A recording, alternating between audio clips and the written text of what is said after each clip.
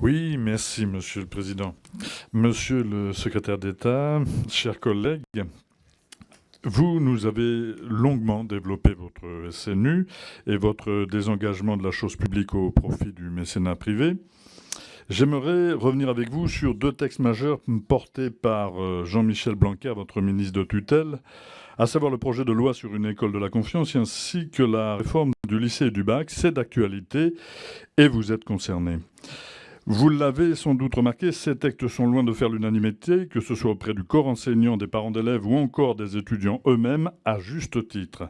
Pour le premier, on peut craindre qu'il ne porte atteinte à la liberté d'expression de la communauté éducative et ne fasse peser sur eux un climat de suspicion permanent.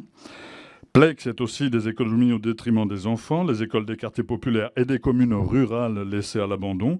Je tiens d'ailleurs ici à saluer les parents d'élèves de l'école primaire de Saint-Giron à Saint-Alary, dans ma circonscription, qui se sont mobilisés depuis des semaines pour maintenir ouverte une classe de CP, vouée à disparaître à la rentrée prochaine. Ce sera la 3e fermeture en 3 ans pour cette ville sinistrée de 6000 habitants.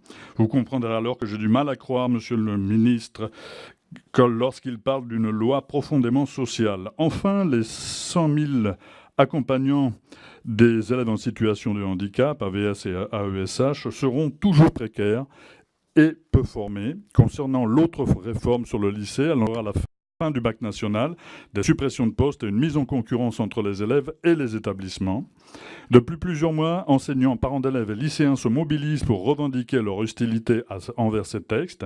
Les manifestations et les grèves se multiplient jusqu'à cet appel lancé par le SNES qui menace d'une grève des enseignants le premier jour du bac. Pour l'instant, les seules réponses apportées sont les tentatives d'intimidation et la répression excessive et injustifiée. Je ne prendrai qu'un exemple, celui d'enseignants venus manifester pacifiquement le 23 mai dernier avec une banderole devant la préfecture de Toulouse et qui ont été gazés et massacrés. Et matraqués d'abord, massacrés peut-être après. Merci, pour l'instant, on a juste le matraquage. 9 d'entre eux ont également été arrêtés. Ça va. Oui, je finis tout de suite. Été arrêtés et relâchés sans poursuite d'ailleurs, parce que rien ne justifiait de tels actes. Alors, monsieur le secrétaire d'État, ma question est la suivante.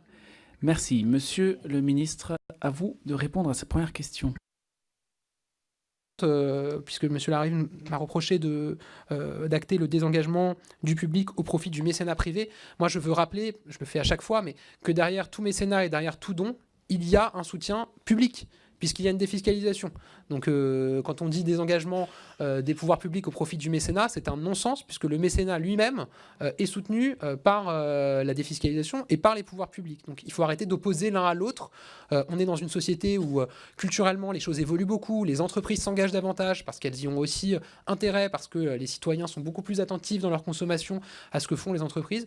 Et plutôt que d'essayer de contrer ce modèle-là, moi, je pense qu'il faut l'accompagner et faire en sorte qu'il se développe davantage au profit de nos associations.